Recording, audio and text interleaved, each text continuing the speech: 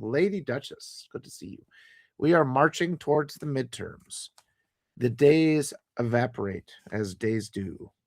And hopefully, once first time without a hat. Well, we got warm weather, so this was the weekend where I broke out the hedge trimmer and got my, cut my hair. I just kind of let it grow. I just let it grow during the winter. But now we're back to summer dew, and my wife always kind of appreciates that. I clean myself up a little bit. But yeah, as I was saying, we're marching towards the midterms, and it's not that far away now. But more importantly, and I keep emphasizing this, the primaries are where we are going to determine whether or not democracy lives or dies. I've got a lot of good things coming up. Last week I interviewed Brianna was the one who set it up. Kira Havens, of the Citizens Impeachment, the Courage Democrats. And since then, I've had, I think, 5 different candidates reach out to me.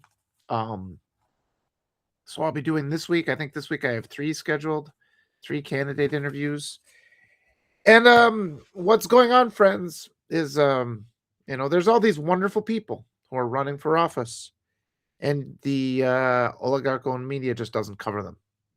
They don't give them any visibility. They don't give them any credibility. And they are very effective, the oligarch media is, at putting the brakes on the kind of activists who could enter public office and actually work for us. And I've been focusing on the congressional candidates because that's an area of high visibility. But I want people to know that what's become increasingly obvious and increasingly clear is that we got into this position because the Republicans, who have just become a stand-in for white supremacy and the KKK and oppression and the patriarchy and authoritarianism and violence against women, frankly, they've managed to make us all complicit in our own exploitation. And this is something that I've thought about a lot growing up. And I think a lot of you have probably thought about this without even knowing it. There are always mechanisms in place that we can appeal to for assistance. But we're all brainwashed. We're all conditioned. We're all indoctrinated to think, well, let's just handle these things for ourselves and not get these other mechanisms involved. We're constantly pressured to do that.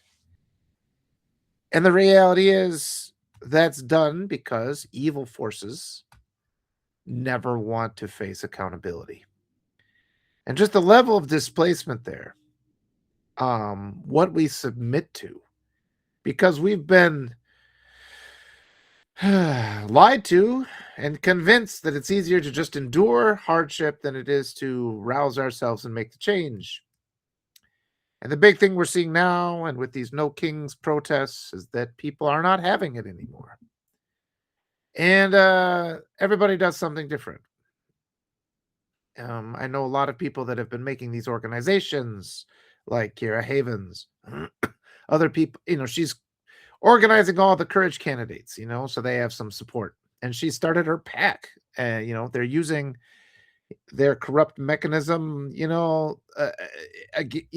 I don't like these PACs, but if it exists, we can use that corrupt mechanism for good, and we can use the tax code for good. We can use the arguments of white supremacy against them. We can do those things. And I love that people of integrity are working within the established corrupt system and leveraging that system to bring about positive change. And that's what we have to do. One of the concepts that I've been working on, I've been workshopping it, is this idea of how we tend to get in this binary thought process where we think evil is on one side and good is on the other side. In order for us to be good, we have to avoid the actions of evil. But that's not the reality. That's a false model. In reality, evil is a shadowy reflection of good. It looks very much the same. So we can use the same tools. We can use our own packs. We can use the arguments that are used. We can rouse ourselves. We can use systems like demanding recounts. We can do all the things that white supremacists do, but for the sake of a greater good. Again, that we can't be like them argument it contains a misunderstanding of the model of our reality and the difference between good and evil. Good is not the opposite of evil. Good is a shadowy reflection, or evil is a shadowy reflection of good. And these are things we have to remind ourselves. Too often, you'll say something that's truthful, and people say, well, that sounds a lot like, and they'll mention some white supremacy argument. And they do this on purpose to undermine decent people. We have so many aspects of our society where, people just have resigned themselves to believe our government can't work for us. And that's an attitude we have to change.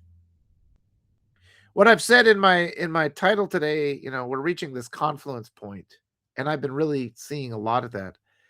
The people I've been talking to, Kira's wonderful, and I talked to Natasha Kay yesterday, wonderful, and Santana, I think her last name was Ines. I talked to her a couple days ago, and everybody's been working this problem from different angles, and we're just getting to that point of confluence, I'm discovering, where we're kind of closing the loop. We're figuring things out. And just so many people are active now. And they've roused themselves, and they decided to take hold of the mechanism that's in place. What I'm trying to say is we don't have to concede everything in our society to the white supremacists to use for their system of exploitation and abuse. Just because white supremacists challenge elections doesn't mean we should say, well, we can't be like them and not discuss election integrity. That's a foolish viewpoint. We make ourselves the architects of our own exploitation when we do that. Years ago at her school, my wife was being harassed by this white woman, and my wife filed a complaint for bullying and racism. That mechanism exists so you can do things like that. You have an HR,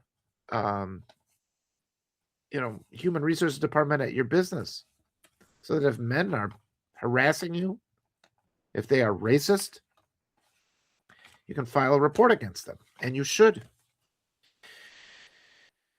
This idea of decorum is being misapplied too, and one of the things I'm going to talk about today, and it's complicated. These things are complicated because I have all these wonderful people that I've been talking to, all these congressional candidates.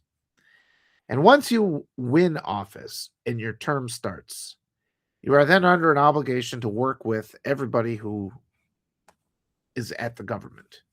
So you're going to then have to work with the Republicans who have been elected. And I think it's difficult. It's problematic because, when you dance with the devil doesn't change. You change. That's something we know. And Republicans are not honest people.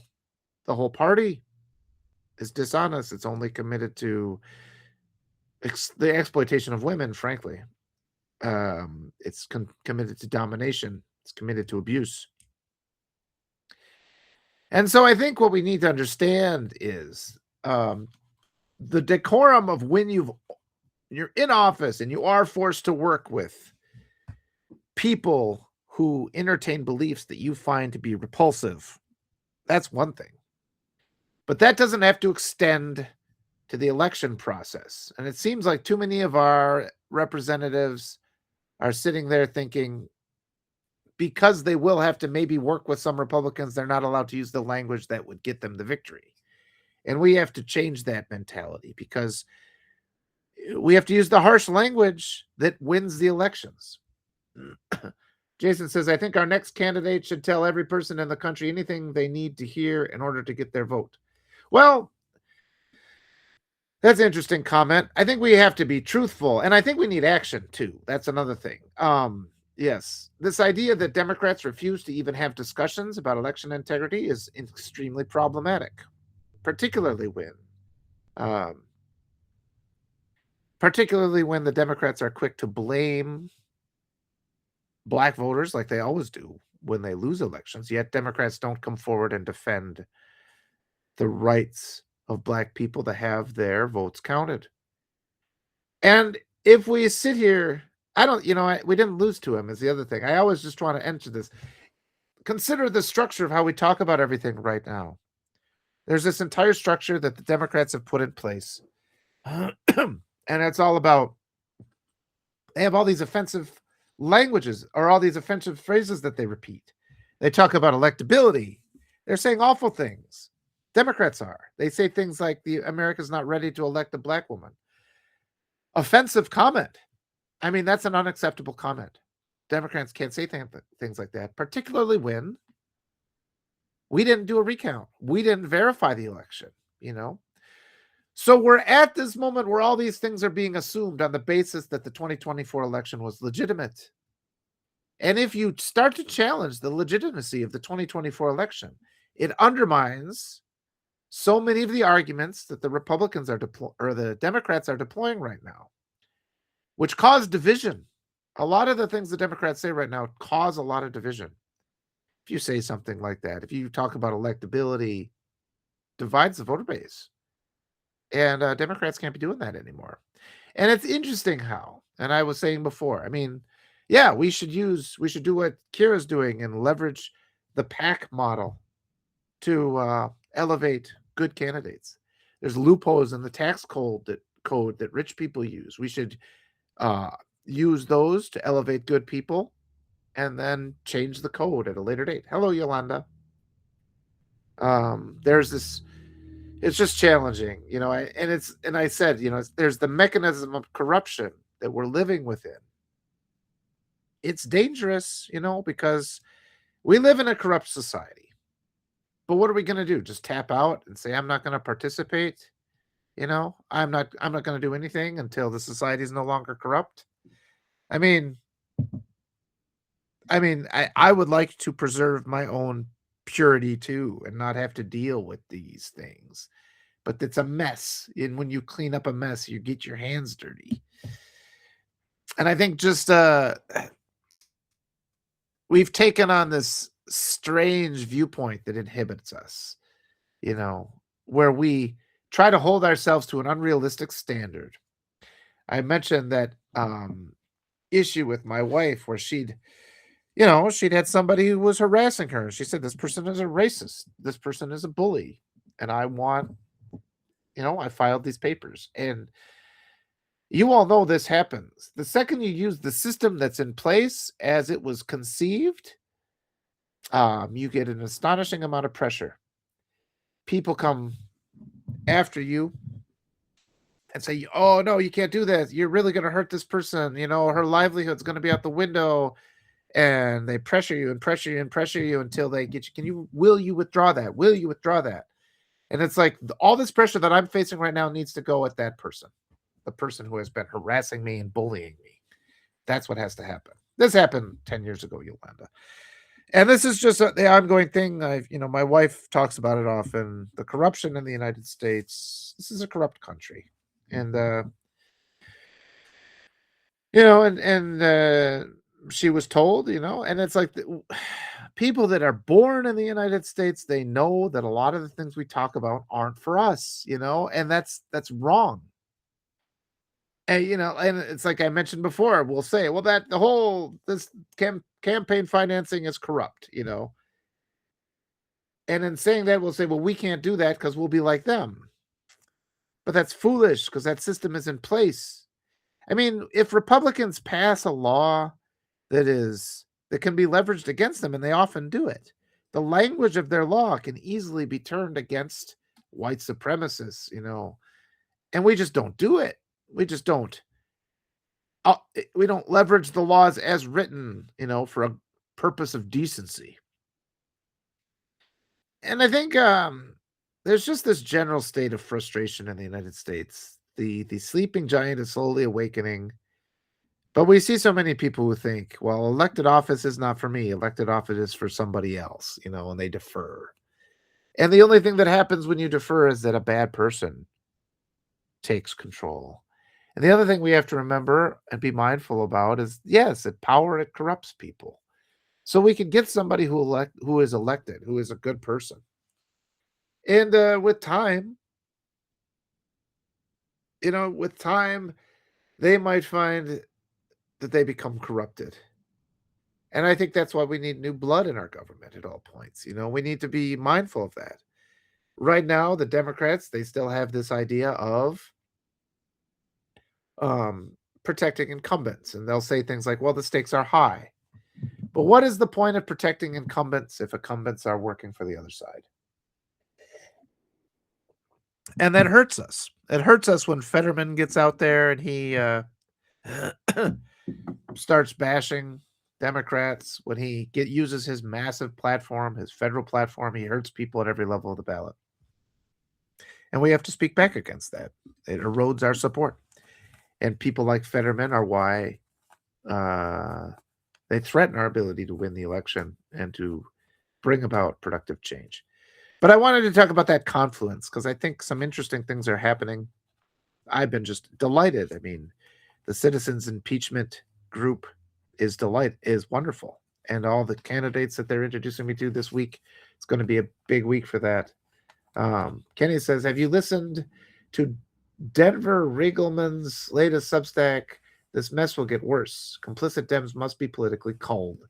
Well, there's a lot of ways we can do that, and that's what we're talking about. We're working on that process, Kenny. I call it Blue MAGA, and it is the establishment. The cultural norm of the United States is white supremacy. We have this whole thing where we don't teach the history that makes evil people feel bad about themselves. And that's just, these are all these deeply ingrained responses to things that have to be fixed. And we're making progress right now, but I need more creators on Substack to engage like I am with these progressive candidates where we can change the narrative. And all of you guys have to change the narrative too, how we discuss things. Yeah, thank you, Kenny. Today I'll be talking with Lisa Hamlin and Natasha Kay, because Tallarico's been saying he has to earn the black vote. Fine. I'm glad he said that. Instantly, when you say that, you have to do something.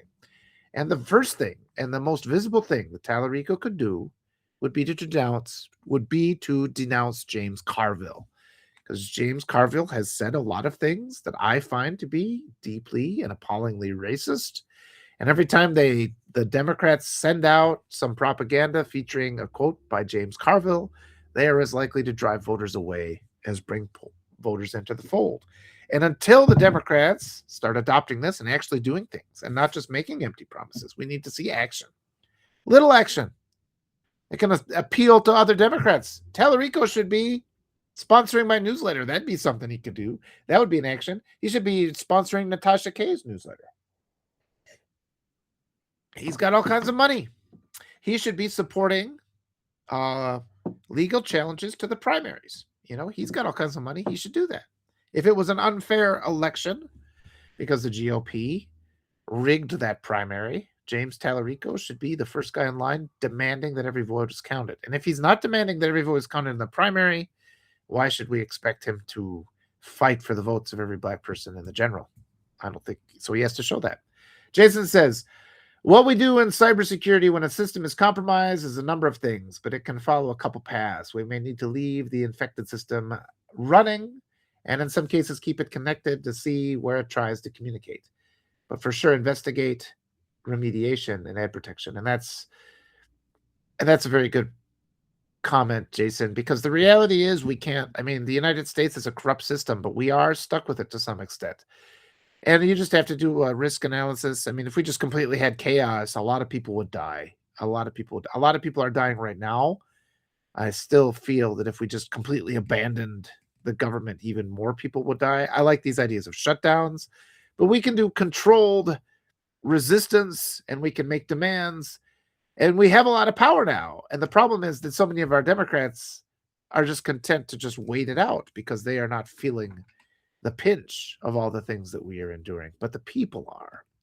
And like I said, that confluence where people are rousing themselves, they're recognizing they can shake off that idea that certain, you know, what we look at as corrupt ideas in our society, it's not the idea itself that is corrupt. It is how they are deployed. And we can use a system that we've been trained to think of as corrupt and turn it into a good system and use it to elevate people of decency. That's what Kira is doing with the citizens impeachment group.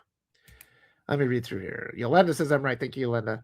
MJ, I think establishment Dems were complicit in rigging that election in Tallarico's favor. Yep. And I mean, people get mad. They tell me, Walter, you're being divisive. But after the 2015 primaries, Bernie Sanders took the DNC to court, and the court determined that the DNC had the right to rig the primaries against him. And we look at Mamdani, where Mamdani won that primary, and the Democrats had a temper tantrum, and they ran Cuomo. They supported him, who has credible accusations of sexual misconduct against him. And they can't do that. And it's like they get to the point where people are like, well, Walter, we see that they did that, but if you mention that, you threaten and you drive support away from the Democrats. It's like, look, we have to. Hey, there's Ben. Ben Ulancey is here. Hey, Ben, do you want to jump on for a minute? I don't know are you back in the U.S.? If you're back, you can jump on. Just let me know. But yeah, these ongoing things, we have to put into place a system that works better. We have to recognize the mistakes that the Democrats have made. We have to fix them. They have to be accountable. They have to acknowledge them. And they can't continue with these ideas like, well, that's a corrupt system, so we can't use that. That's only something that the white supremacists use. It's like that system is the law. I mean, another corrupt system, just this presidential presidential immunity. We'll use it. We had a Democratic president when that went through. Okay, Ben says, back in the States, but this afternoon, tomorrow would work better. Okay, I'll be in touch with you, Ben. Jason, well, we'll start in, if nothing else, next week we can start in with our escapist delights again. That'll be nice. It'll be nice to have those breaks. Let me see what Jason says. Ben has been on vacation in Peru, and I'm glad he's back. Good, because I was actually a little worried. I was scared because that means Ben went through immigration, and thank God. I'm just happy. I was worried. Honestly, I'm worried about anybody who travels right now, and what might happen. There's too many horror stories going around, and people coming into the country going through border patrol or going through immigrations. So I'm glad he's back. Jason says, in the system of our compromised country, we need to fully investigate the life cycle of the attack. Where were the entry points? What are we talking about? What attack? Are we talking about election interference? How was it executed? How are the multiple layers in the multi-stage attack? Well, yeah. And that's and how they were able to be manipulated and fix those gaps. And that's true. I mean, and that's the other thing. This is a big country. An election is a complex thing, a federal election that encompasses the whole nation, and every state is different. And yes, what we've seen is targeted attacks, especially where Republicans are allowed to get in. They get in at the lowest level, like an infection. They continue to grow. They blatantly cheat. And the Democrats, for some reason, don't hold them accountable when they cheat. When the Republicans stage an insurrection against the country, the people in charge of holding them accountable abdicate their duties, and that is not acceptable. Okay. About to go visit Grandpa. Good. Ben saying hi. That's nice. I'm so bad. Ben says immigration was impressively breezy, but thanks for the concern. And we need all that information that we can get. So I'm glad he got through. Jason says the compromise of our highest office. Yeah. And foreign interference. I think what's happened is, because the more I think about it, it's like I respect a lot of, there's all these Democrats in office. Now that I've had the chance to talk to a lot more of them, and I see what they're up against, you get a better sense, so you lose some of your frustration. And this is one of the problems with the fact that the Democrats, to a large extent, aren't actively involved in talking with regular people. It's just sort of where are they? It's like I would like to see every sitting member of Congress. They should be jumping on and chatting with me, and they do things like they go and talk to Joe Rogan, and it's just like, don't normalize these hate podcasts. Don't normalize, propaganda media. You need to establish a new media. You have to have conversations with the real people. And I know that my content is suppressed. Obviously it is, because I'm against, basically, the whole system that creates these oligarch mechanisms that allow them to control all narratives. I'm against that. And so they're going to suppress my content, not because of the merits of my content, but because they feel that I am a threat to them.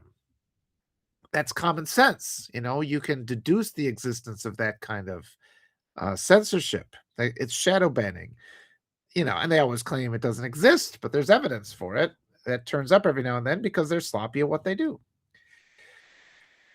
But I get that Democrats, when they're in office, when you are in office, working with somebody, okay, you have to work with that person then. That's the hand you're dealt. But when you're running for office, you need to do everything you can to ensure corrupt, lawless people do not win the position of power. And that's our problem, because this decorum idea, once you're in office, has kind of leaked into the campaign concept. And that needs to go away. We need to win. We need fighters who are willing to win. And they are willing to say the things that Republicans are doing. And when they are blatantly lawless and they break the law, they are held accountable. We can't concede and allow Republicans to break laws and then just not do anything out of a sake of decorum. I know that Republicans are going to use words like lawfare. It's not lawfare if you broke the law, and the fact that Democrats just kind of submit to that. It's that, and it's one of those things. Should we assume ignorance or should we assume malice? I am under the impression that we should always assume malice, because malice creates a more effective discussion. Let's not withhold certain statements from from tabling certain statements. Let's make them defend themselves.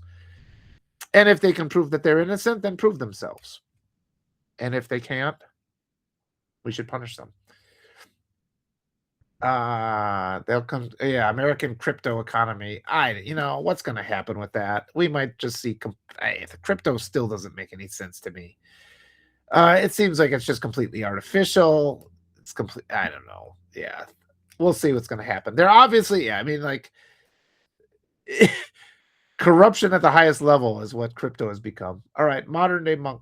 Rich people only like to hang out with other rich people. Yeah, and more, but they can't do the jobs, see? And there are jobs that have power that we've been just kind of indoctrinated to step away from. But that confluence, like I said, that confluence of empowerment, more and more people are just like, to hell with this. It's like, even though all your life you've been told, well, you shouldn't say these things and you shouldn't file that complaint and you shouldn't start up your own super PAC, people are just saying, no, God, I'm going to do it, because the people that are doing it now are corrupt and they're hurting us. Jason says 500 billion raw oil development deal in Crimea in 2015 was Putin's driver. Russia doesn't have the know-how, expertise, or people to work such a project, but we do. Yeah, the ongoing corruption.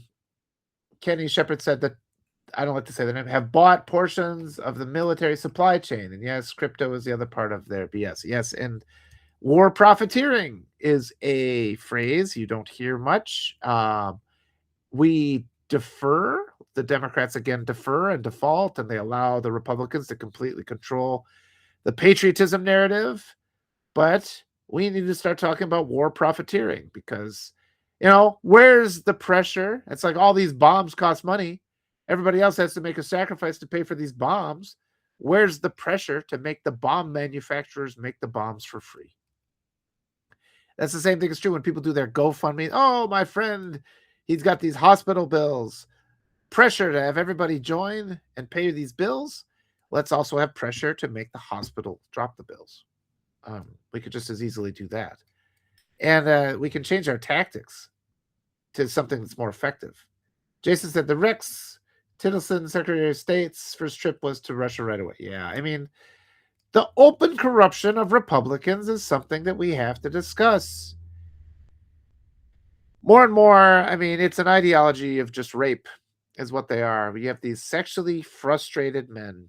Um, and they're sexually frustrated because they just want to dominate everything. And every time they don't dominate something, they feel it's identity death for them. But it's really disturbing to watch, how effective these Republicans are because they don't discuss that. They don't make their statement. They always hide their objective. They camouflage it. They use sanitized terms. This proliferates everything in the United States. The headline I saw recently was, I think they use they use phrases like underage women to hide child rape. And it said something like underage women test positive for pregnancy. It's like the get mad. The headline needs to read children being raped, And when they sanitize something to that extent, and they do it again and again and again, they are sanding the edges off of reason and our ability to discern reality. And they lull us into this state of complacency. And a lot of people, unless you're deliberate, you'll see that headline where it says underage woman test positive for pregnancy, and you're just sort of like, it doesn't make any sense. So you just like disregard it. If it said children being raped in detention centers, you would be angered. And that's ongoing. I mean, this whole evil movement. And it's just like, we have to call it that because they're evil. Men who want to dominate and violate and own women are evil men. And that is fundamental to Republican ideology. The SAVE Act, they want to deprive women of the right to vote. They've openly said it. I shared a video of a pastor speaking not too long ago. The pastor said, he wants to repeal women's right. He was just saying it. He didn't say those terms. He mentioned the amendments that, and it's like, you're not going to off the top of your head. I don't off the top of my head know which amendments they are, but this man was openly just calling to repeal women's right to vote. And we see Republicans do this. It's offensive. And that's why we got to shake off this idea that we have some obligation to work with individuals who harbor those beliefs. What's really dangerous, though, what's really dangerous is we always forget. In your mind, you have the idea of what a threat is going to look like. And the reality is different. You think of a person wielding a machete, wearing a hockey mask, breaking into your house. Okay, that's scary. That's not going to happen to you ever. What's going to happen to you is you're going to meet some clean-cut guy in a suit who has power, and that's the person who is going to violate you. And he's never going to once raise his voice, probably. He's going to speak calmly. He's going to have all these arguments because these corrupt men spend the entirety of their lives fortifying their ideology and convincing themselves that they're right because they are emotional toddlers. They never develop. They deliberately cut out their impulses for compassion. They think only in terms of their fundamental base impulses. And they spend their whole lives justifying it and being frustrated whenever they are deprived. And they've gotten to the point where they're so secure in their beliefs of this just twisted and contorted worldview that they're able to sit in front of a microphone and talk about it using sanitized terms in order to normalize their corrupt ideology. And the complexity of this it's vast. The phrase I keep using is, do not underestimate the ingenuity of the corrupt. And we just have to recognize there are entire factions of our society that have done something heinous. And then they spend the entirety of their existence avoiding accountability, scrambling. They're engaged in multiple cover-ups. And when you're engaged in a multiple cover-up, like if you've buried a body out in the woods, right? You don't wait until the investigators are about to step on the body before you object. You keep the investigators from going to that state. You keep them from going to that country. You keep them as far away as you can. And there's evidence of this. We see people in our lives who have treated us this way. People who recognize that you are making progress towards the evidence that will disprove their sense of self. And they will obstruct you with every bit of power at their disposal. And I remember having this realization with my own dad. I haven't written this article yet. I did a voice note of this. But we were playing this game, and they had a problem, and you could ask the person who read the card. In this case, it was my dad who read the card. You could ask him questions to try and solve the riddle. But he read the riddle, and then he started laughing. I was like, you guys are never going to get this. Ha, ha, ha. So then in doing that, he fused his sense of I must always be right, with that statement. And then I was asking questions, and I came very close to getting the answer, but he started giving me false. And this came to me as I assessed this later, because he became so angry and frustrated. He eventually just threw the card down and left. And then I read it. I'm just like, I was evaluating it. And I'm just like, well, he said this, based on what I'd said, he was deliberately lying to me. And I realized he was deliberately lying because I was threatening his statement, that he'd said we would never get it. So just my inquisitiveness was threatening his belief, or he'd already made a declaration, right? Once having made a declaration, the patriarch cannot be proven wrong. And so he started to lie to me. And I recognize this. So I'm thinking about this. Afterwards, I'm like, what the heck just happened? Why did he do that? And that was for something as basic as just a ridiculous parlor game we were playing. So it makes you wonder if he's willing to go to those lengths for something as trivial as that.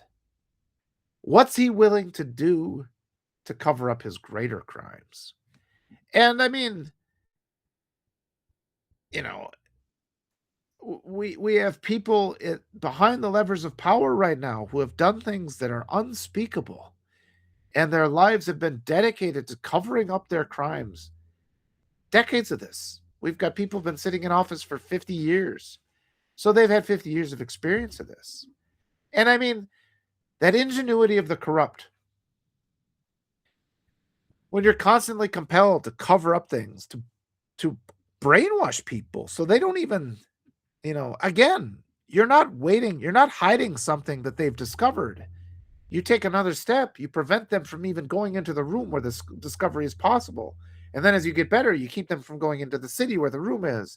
And then you keep them from going into the state that has the city, that has the room, that has the evidence. And they keep pushing back, and we keep becoming more incarcerated. We have to exist within these false parameters. All systems of abuse are like this. They force us, they're like, well, okay, the patriarchs, the authority figures, they take us. And they put us within these false parameters, This is the place you can occupy, because if you venture out into any of these other places, you will become a witness to the evidence of my corruption, the person who puts you in that false parameter. That's why we've all been in abusive relationships where they say you're worthless, nobody else will love you, all that stuff. That's the same thing. We're in that on a national scale. And these men who want to exploit and oppress women have constructed that. That is our reality. We are born into that reality. We are born into this kill box that wants to oppress and exploit women. And another part of this that's really devious is these awful, corrupt men. And all they want to do is enslave and exploit and defile. I mean, just the level of evil that we're dealing with is astonishing.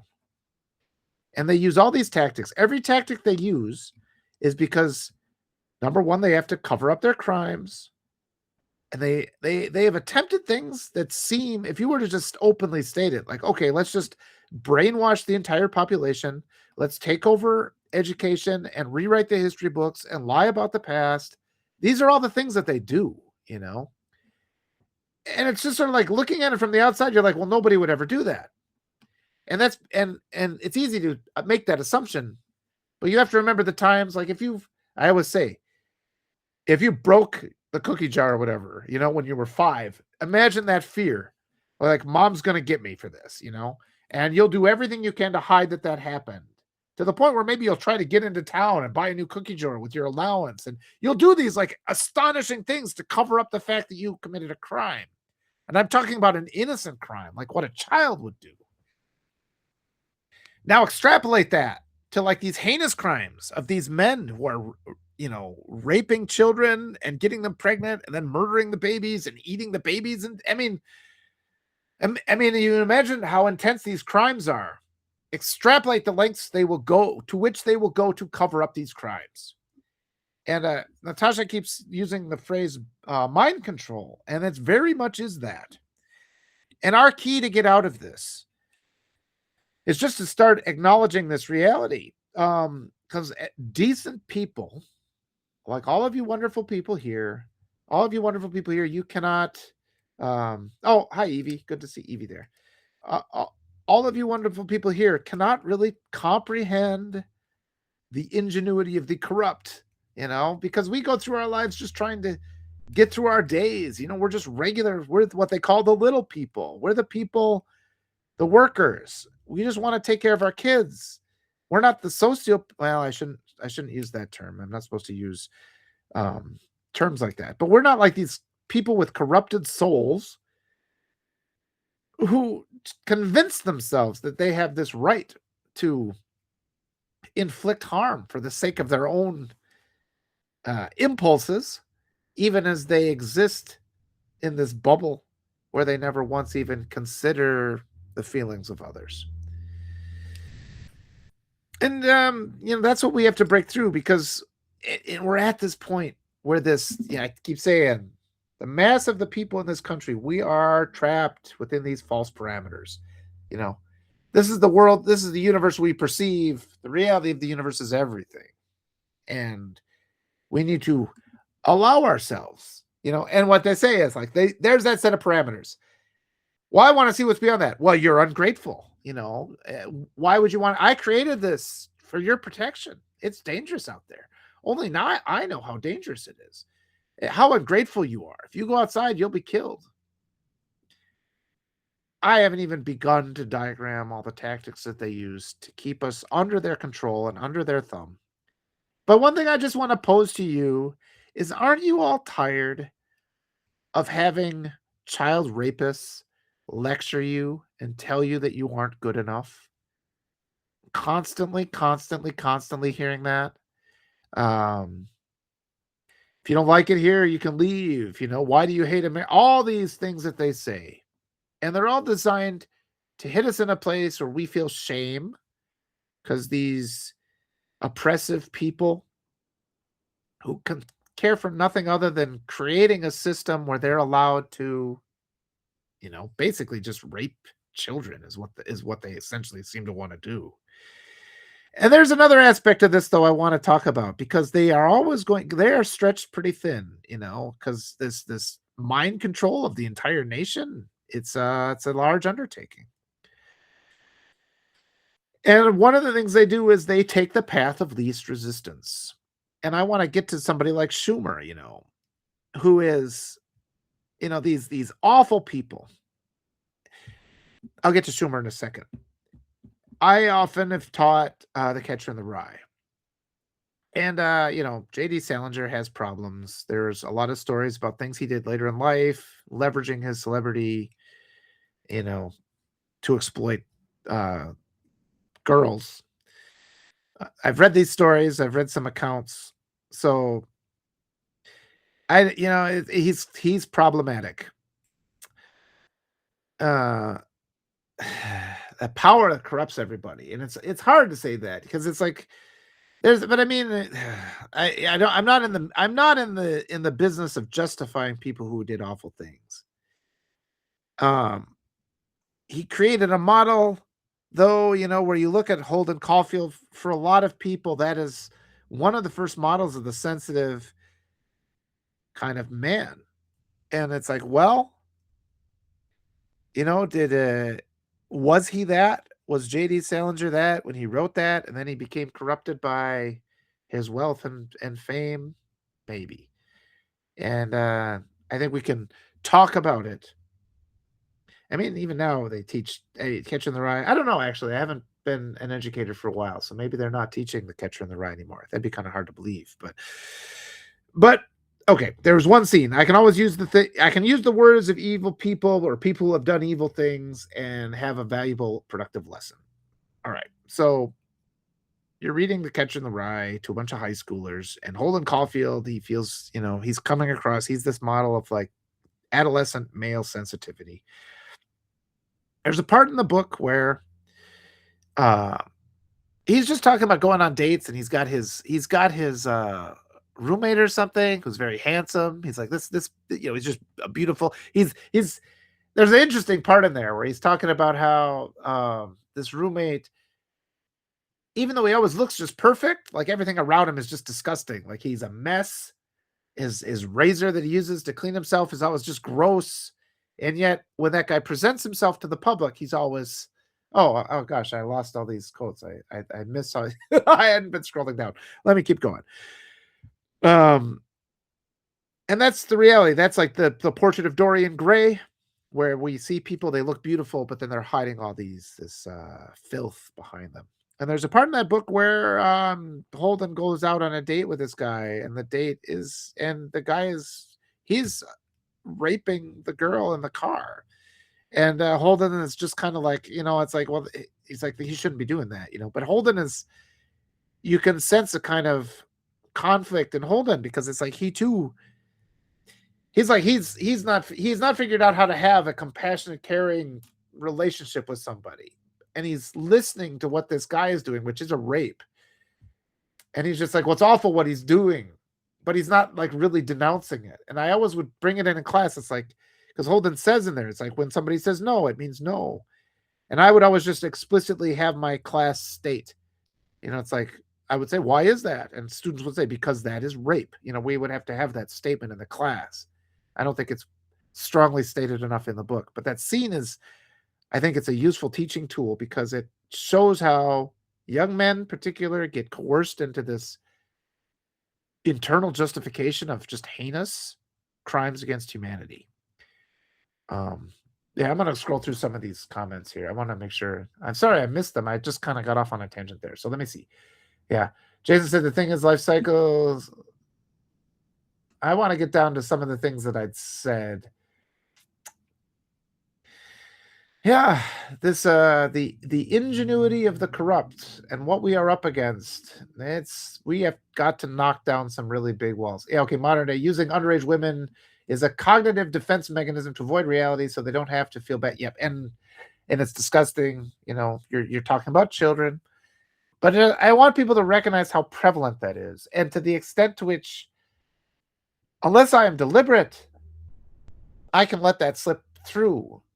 And that's what really scares me. We have to get to the point where we call it out. I mean, some people do, and I need the corrections too, because in the times when it's like, because that cognitive programming, the brainwashing we've all been subjected to, which makes us enablers of the system of oppression. We have to help each other, and we have to have grace, because it's a long process to undo it. We need these moments of validation. All right, let me keep going here. Referring to girls as underage strips them of their humanity and defines them in terms of what they are to men. Absolutely, and yes, that is what they are doing. It is a tactic of oppression. We have to call out newspapers when they do it, and anybody who uses those phrases. Some people use it inadvertently, and like I just said, I will do that at times. Just call me out on it, I will correct myself. But it's the ones you have to worry about are the ones who get hostile. When you call it out and they get hostile at you, that person is covering up a larger crime. Alex says, should check the General Strike website and see what demands they're making. Also, Existential Republic would be someone worth talking to. Oh, absolutely. I would love to talk to more people. All right, I'm going to keep scrolling down. Oh, who's the they we're talking about? Okay, well, that was a while ago. I was generally, though, talking about the structure of oppression that exists in the United States. It's maintained by just evil people. I mean, we just have to recognize some people among us are evil. Yeah. Um, Jason, a hockey mask and machete would be Jason. Yeah, yeah. It shows at the door. Haha. Evie says this is what white women do to other women and children. They protect the proximity to power more than themselves. Oh yes, and I was going to talk about because men do this obviously too. And I don't want to make because like white men are clearly the biggest problem. Let me just always start with that. I'm looking forward to talking with Evie more because I know she has some insight into this that needs to be said.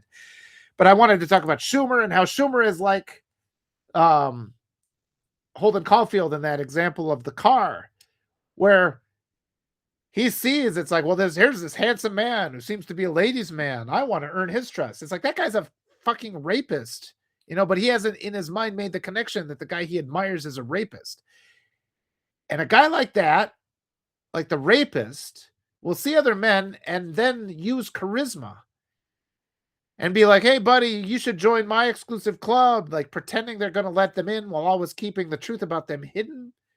Because they know it's easier to keep men in this perpetual state of promising some future reward. They prefer that. That is the path of least resistance. Because what they don't want is to have good men rise up and stop them. And that's the same thing true. They don't want women to rise up and stop them. And so these mechanisms of brainwashing that keep us complacent and compliant are all over the place. Yeah, I'm looking forward to talking with Evie more about that. Yeah. Oh gosh. They're committed to destroying the planet. Yeah, that I think is this absurdity, their superiority delusion where they think they can go terraform Mars. Like it is like they literally think it's easier to terraform Mars than it is to just stop pollution on Earth. And that's because they are delusional. Madam Power, met quite a few white women over the years who let their husbands rape their kids. Cops don't care. Yeah. I'm talking this week. I'm going to give her a little plug. I'm talking with Sherry Dunn this week. She wrote this, qualified. I'm looking forward to this conversation because she's brilliant. She's here on Substack, and I've seen her things. And I remember seeing a clip from her about how the traditional model in the United States, the traditional family model in the United States, the man, you look at who are the most dangerous men in any woman's life: father, spouse. And that is just like traditional relationships are so bad. And this is what we have to undo, this brainwashing that leads to that.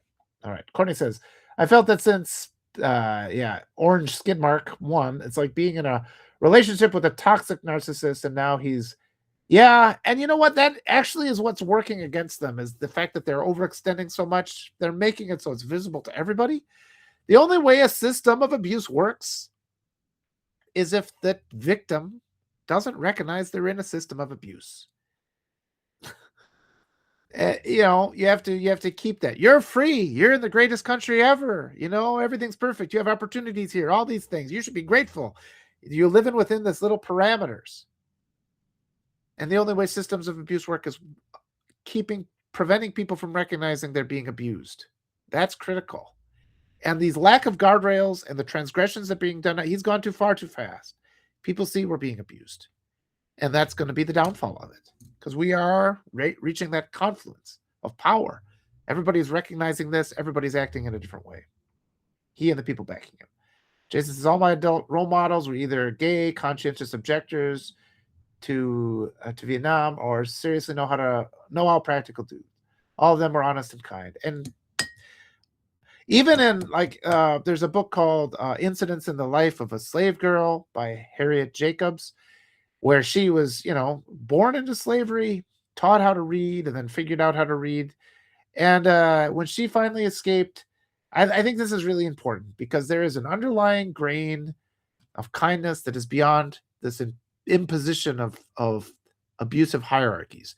Human beings have an essential eternal part. And in Incidents in the Life of a Slave Girl, she's escaped from slavery. She finds white women who are willing to help her on her journey. in defiance of the hierarchy of the time. So, like, the sisterhood of women took precedence over the oppressive patriarchy when it really came to it. And that's something that should give us hope. But again, the oppressive authoritarians, they keep us in this confined space, so we're not allowed to have those realizations. That's why I am this, you know, I never get a platform. I never get to speak. They deliberately suppress my content because they know if people start talking about these things and start awakening, once more and more of us start challenging the walls, like in Jurassic Park, the velociraptors hitting the walls collapse, and then we can inherit the world. We can break free from this, these false parameters of the patriarchy.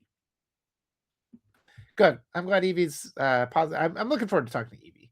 That'll be next week. Jason Gale, how long the industry has been existing in the shadows right under societies? Yes. It's out in the open, though, too, and they keep playing their hand. Jason says, well established, it must have grown as industrial age and tech came about, better tools and methods to hide, but still connect to each other. The ingenuity of the corrupt, sitting here as a decent person who has, and I've done things I'm not proud of. There's things I've done. I wish I could have been better to a lot of people, but I haven't murdered anybody, and I haven't raped anybody, and I haven't done these horrific crimes. And so I haven't had to spend my whole life in denial of that and subjecting how I perceive other people. And it's like, that's stuff you can talk about. But if you meet a person who has spent 50 years building all those processes in their mind, and they're not going to let you know that's what they're doing. It's all designed to hide who they truly are. And it's complex stuff. And we have this habit of being like, well, they're ignorant. They're deliberately ignorant. It is so much more complicated than deliberate ignorance. It is rot. It is rotten to the core. They stew in their own juices for decades, and they come up with this structure that they use without even thinking about it. It becomes rote to them. It becomes habit. They start using certain phrases and words because even if they invoke a sound and they object to books in schools because those books contain the words that might lead to the pathway that reveal their corruption. That's what we're up against. This is. I'm gonna have to do my transcript today because there's a lot of stuff in this that I'm, going to have to just explore at greater depth. And I appeal to you guys always. Please help me here. Please help me because there's a lot of things I'm talking about, particularly stuff that maybe when I said it, you're like, I don't know. And it's like, let's talk. We have to workshop this. But like the structure of corruption, like that bizarro world, the false parameters that are imposed upon us, these false assumptions that lift it up. All of that is what we have to tear down. All right. Jason says, those people, I don't know who those are, but probably white supremacists. I always shunned my family, so never had that in my family. Churches preach against us. Yeah, and the church is, corrupt individuals will corrupt any decent system, and that's part of their mandate. They sit there and say a government can never work. Well, government can work if you get the corrupt people out of it, but all of us have kind of like slid into that false parameters where we believe these things that are just drilled into us. We have to take out. My grandfather taught a side course on the occult at the JC. He was the head of faculty, head of English department. Jason, I bet you had an interesting childhood. And electronics department. He was well loved by students in the community and was an astrologer, card-carrying federal astrologer and tarot reader. I love this guy. My mom also, both those things and both geniuses that scared. Yeah, my armor growing up was carrying a book around. It scares off white supremacists. Courtney says, that's a really powerful lesson regarding Holden. Good for you. Thank you, Courtney. And I think, yeah, the level of corruption I'm kind of working. I'm workshopping that right now because I know that he did some bad things later on in his life, but we can use those things. The Catcher in the Rye, it's not what people think it is. That book is not what people think it is. And I guess but everything can be corrupted. People become corrupted. I'm not a big person I don't like redemption arcs really. I mean, right now there's all this pressure in the United States when the second somebody used to be a Republican switches to Democrat, oh, let's let him in. It's like, what about the people that have not been guilty of heinous acts all their life? Why don't we support them and elevate them a little bit? Why the second somebody is like, oh, I'm no longer a Republican, we open the door wide open to them? I think we need to make them prove it. And I don't think that's an unreasonable ask. Jason said, I do think television subliminal chose who I would marry. Watch Charlie Angels. Okay. Well, good for you, Jason. Jason says, such mass influence on our men. And it's on everybody, though, too, as Evie has been saying. Everybody's, and it's the same. White supremacy conditioning is there. Here's a comment from Evie. Yes, that abuse works by distorting your reality, gaslighting, isolation, intermittent reinforcement. Yeah, love bombing, the cycle of harm and affection, and constant reframing of events make victims genuinely unsure what's real. Gaslighting. You can't recognize abuse you've been trained not to see. And also, because a lot of times they would, even if they're telling you about abuse, they leverage and weaponize this. They tell you about abuse in a way that make you feel guilty. Well, you're not an abused person, though, and they keep going on and on like this. It took me a long time to just even, I was in my 30s probably before I realized that I suffered abuse as a child, because in mentioning it, you encounter such hostility. How dare you? You're ungrateful. What about this and this and this? And it's like, well, if you're going to cherry pick your love bombing, but if we focus on the abuse, then it will be clear to see the abuse. And of course, but that's part of it. The people that you're up against who maintain these hierarchical systems of oppression are very, very skilled at the rhetoric, of keeping you confused. Thought terminating cliches. They manage to derail conversations that are potentially productive. And that's why I often get hostile bots in my live chats who leave a statement to try to derail my train of thought because they don't want me to go down in the place where the evidence is. Leanna says, rape has been hushed. Shut up and don't talk about it. The Me Too movement was great, but has also been told to shut up, being blamed because they were asked.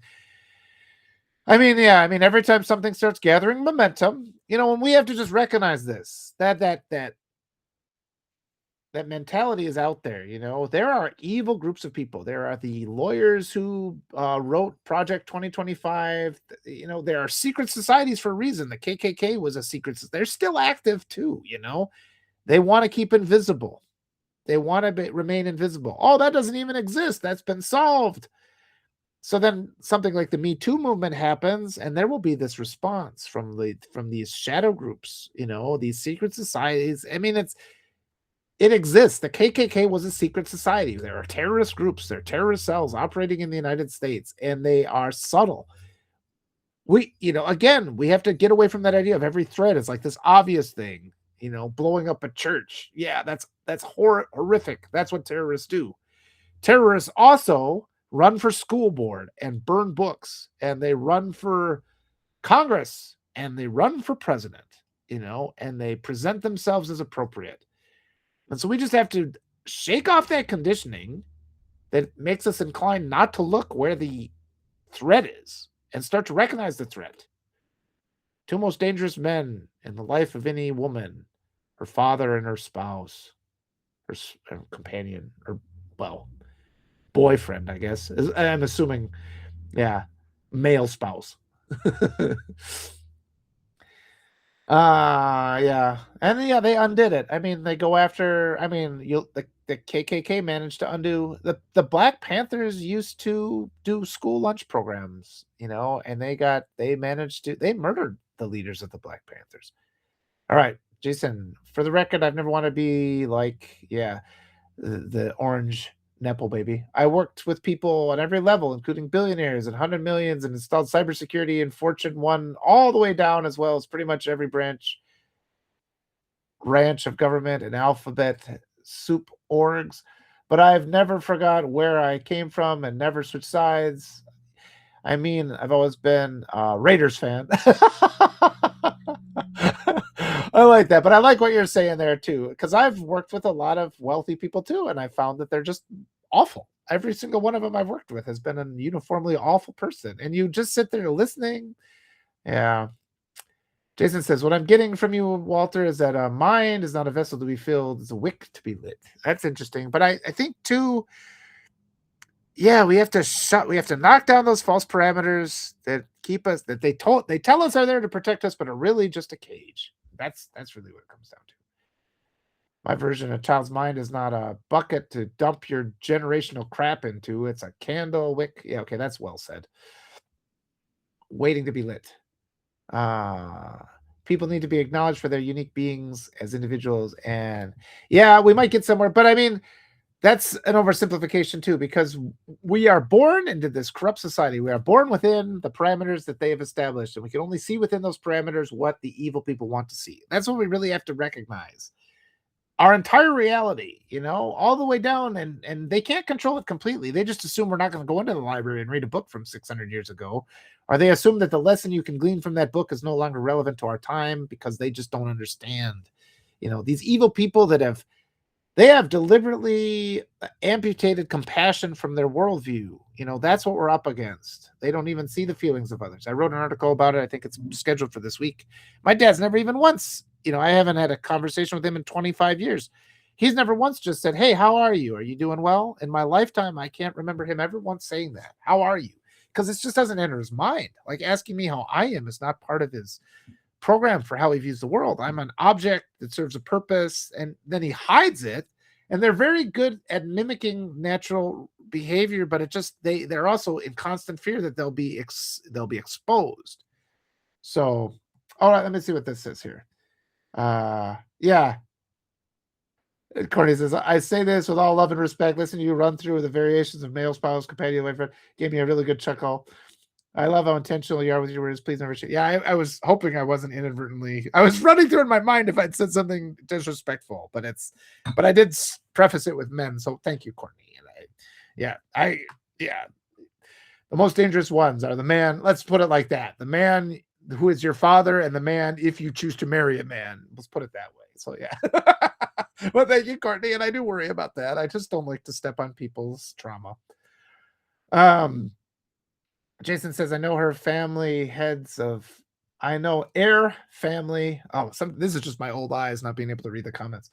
I know Air, like Era's family heads of companies such as American Steel, and I can vouch that person is a good person, an intelligent, kind person, and also was a Manny, the National Guard, and still does tours of duty. Just saying there are some. Yep, of course there are. There are.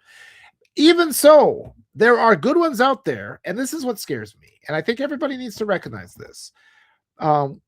Because we were born within these parameters that justify evil, because we were born within that, it becomes our unconscious bias.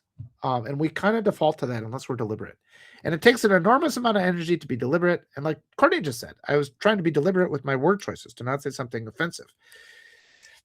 That takes extra energy, but not only with our word choices, with how we look at things and how we choose to treat other people. And it's inherent. We have to work within a corrupt system, because we've had a corrupt system installed on us. So we make slow progress. We have to look at this one aspect of our life and let the other ones be on autopilot. Okay, we fix that. Now that goes into the autopilot mode, and we deliberately focus on something else, and we fix that. In the meantime, because we are working within a corrupt program, we're inflicting pain on people. And it's just always easier when we say we just deprive ourselves, we amputate our empathy, we don't even care about the people we hurt. And that's something we have to overcome. We have to be accountable for when we cause pain and try to fix it, even as we continue to work within a corrupt system that kind of compels us to continue inflicting pain. So it's a hard process. Courtney says, you're doing great. The fact that you even have the process sets you apart from a lot of people who aren't so careful with their language. So thank you, Courtney. Jason says, my mom read 5 books a day. Really?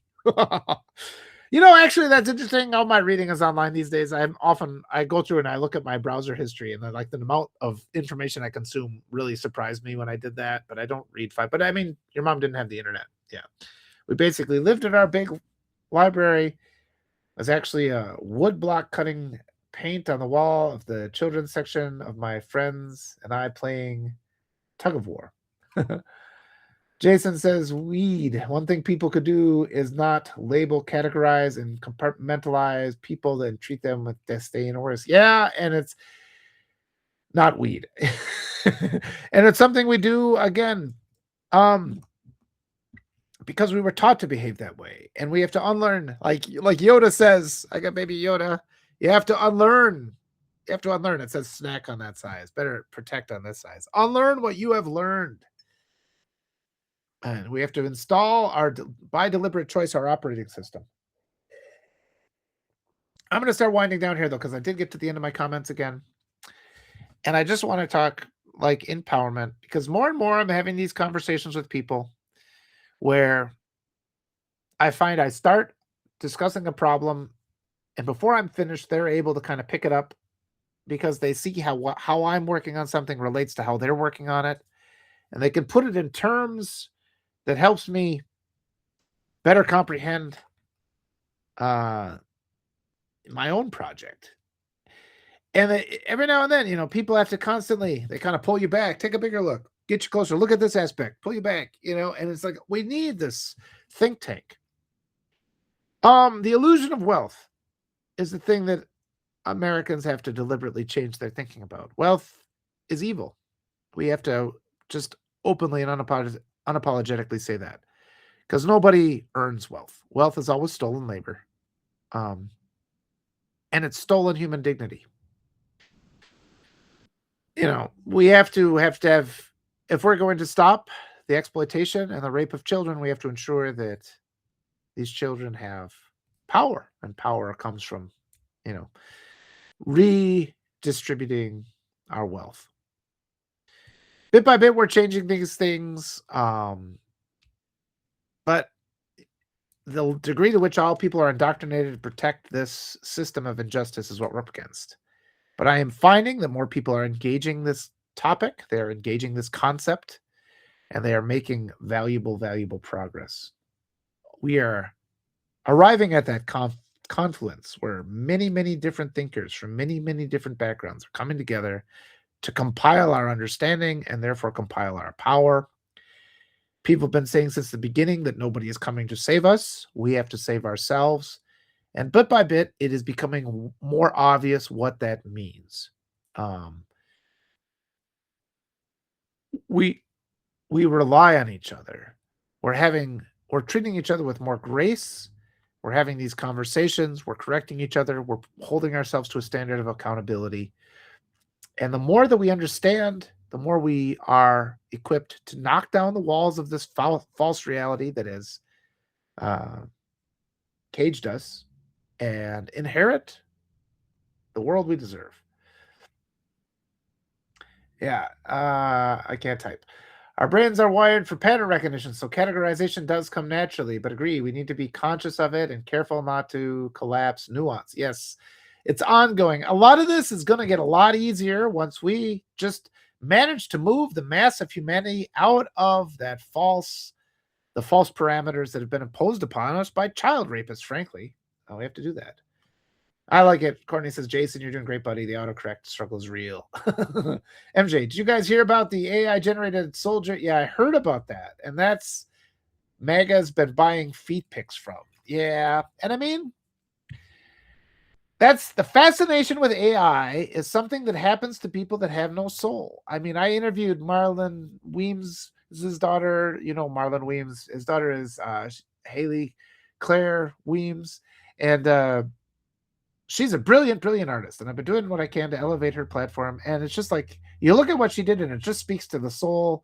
You look at AI and it just makes you sick, But MAGA has been using AI to promote their political leaders. They can use it to manipulate them. That doesn't work for people who have developed their compassion, who have studied art and literature. AI doesn't work for them. But yeah, MAGA has created this AI woman, and then she's an influencer, doesn't exist, and buying feet pics. I mean, it's just like the sexual frustration, and it's just, we have to recognize there are tens of millions of perverts is pervert the right word? I mean, there are tens of millions of conservative men who have deliberately amputated their compassion center so that it didn't develop, so that they can treat people. They're not even looking. They're looking for objects. It might as well be AI. They might as well be in a relationship with AI because they don't even want a relationship with a real human being. And I think we're coming closer and closer to understanding their mindset. We have to understand their mindset so that we can dismantle it. And because if you don't understand it, your temptation is to just take a step back and be like, okay, you're entitled to your opinion. And that's the wrong viewpoint. They are not entitled to this opinion because it is an anti-human opinion. It is an evil opinion. They want to justify the exploitation of children and rape and abuse and murder.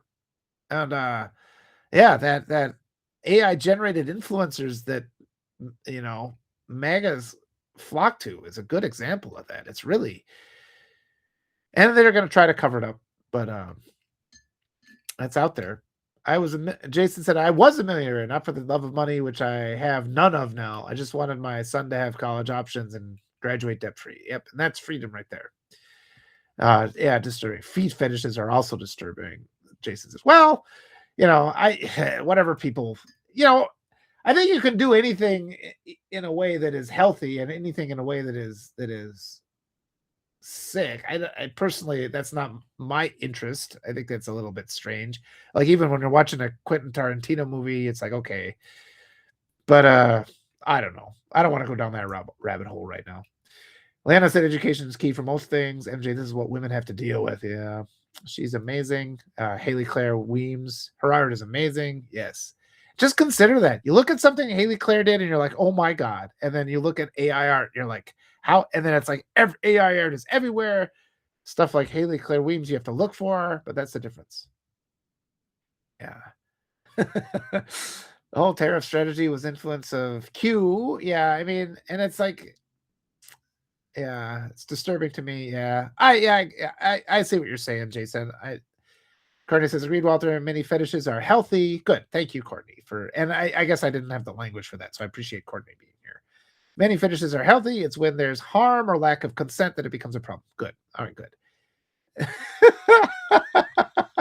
Yeah, everyone's got different tastes. That's diversity, right? We're bringing it back to that. But yeah, when you're exploiting, I mean, it's pretty easy that the issue comes when people are being exploited, people are being harmed, people being dehumanized. And there's only one thing that these conservative men can offer, and that is dehumanizing, and because anything else threatens to take you out of that small false parameter from which you cannot see how corrupt they are. But I mean, it's at the point where they keep making it smaller, and I think that's really the issue we're up against now. They're encroaching and encroaching and encroaching. We're being forced to surrender territory we already had because they're seeing it more and more, and because they're paranoid, because they think everything is okay, but deep down they are guilty, and they know they're guilty. So they're going to keep being active, the ingenuity of the corrupt, to find and identify places where maybe you will be able to be inspired by that to see their evidence of their corruption, and they'll take those away. And in doing this, they reveal themselves. Every accusation is a confession. That's something we always say about the right. And in the things that they attack, as they're attacking something, there must be evidence in that will expose them for the frauds and oppressors and murderers that they are. So we just have to pay attention. And but above all, we can't submit to them. We can't let them impose upon us the lens through which we view the world. All right. I think I'm going to leave that for now. I kind of covered a lot of heavy ground there. That was fun. I hope some of you guys had some ideas from that and maybe drew some thoughts. These are my exploratory kind of just free thinking morning moments where it's not so much a show, but it's my opportunity to interact with all you brilliant people and have it guide my thinking. Also, to let you know what's kind of coming up this week, I had some time on Sunday, so I think I pre-posted. I got everything scheduled till about Thursday. I have a couple more articles to write, a couple more ideas that I have to work through. Today at 1 o'clock, I'm coming back to talk with Lisa Hamline and Natasha Kay about what Democrats in general have to do to win the black vote, to earn the black vote. I think that's going to be an important conversation because so much of what the Democrats do right now, they pressure us. They feel as if they are entitled to our vote, and they have to be reminded that they have to earn it. Otherwise, we are just submitting to let them become blue MAGA and become enablers of fascism. So that's going to be the topic for today at 1 o'clock. I talked about it a little bit with Natasha yesterday. That was a really good conversation. That's ongoing. There's a lot of, and then tomorrow I'm talking with Ellie Leonard, and this will hold at 1 o'clock p.m. Central Daylight Time. We're going to be talking about election integrity. And in the morning, as always, I'll be talking with Nick. Oh, you don't have to apologize for commenting so much, Jason. I appreciate it. I really like that. Yeah. Thank you, Courtney, for that conversation. And yes, I mean, we're just always working together with grace, with space and grace, working together to become better human beings. And in doing that, what you'll be surprised to find out is you become much more powerful. Your frustration starts to go away, and you see that there is an inevitability to our ultimate victory. It's going to happen. When I talked with Annalisa Brunner, just her wisdom, poetry of her words, it was really fortifying to my heart because she was just so unapologetic about speaking the truth and speaking words of integrity. And the more of us that can become like that, the quicker we bring about our ultimate victory. Thanks, Walter. Always appreciate this time and your insights. Take care. Thank you, everybody. All right. Thanks, everybody. That's it for today. I love you all. Thanks for being here. Bring more people in if you can. We always need more viewers, more people in the digital think tank as we create a better world. So love you all. I will talk to you later on today. Bye-bye.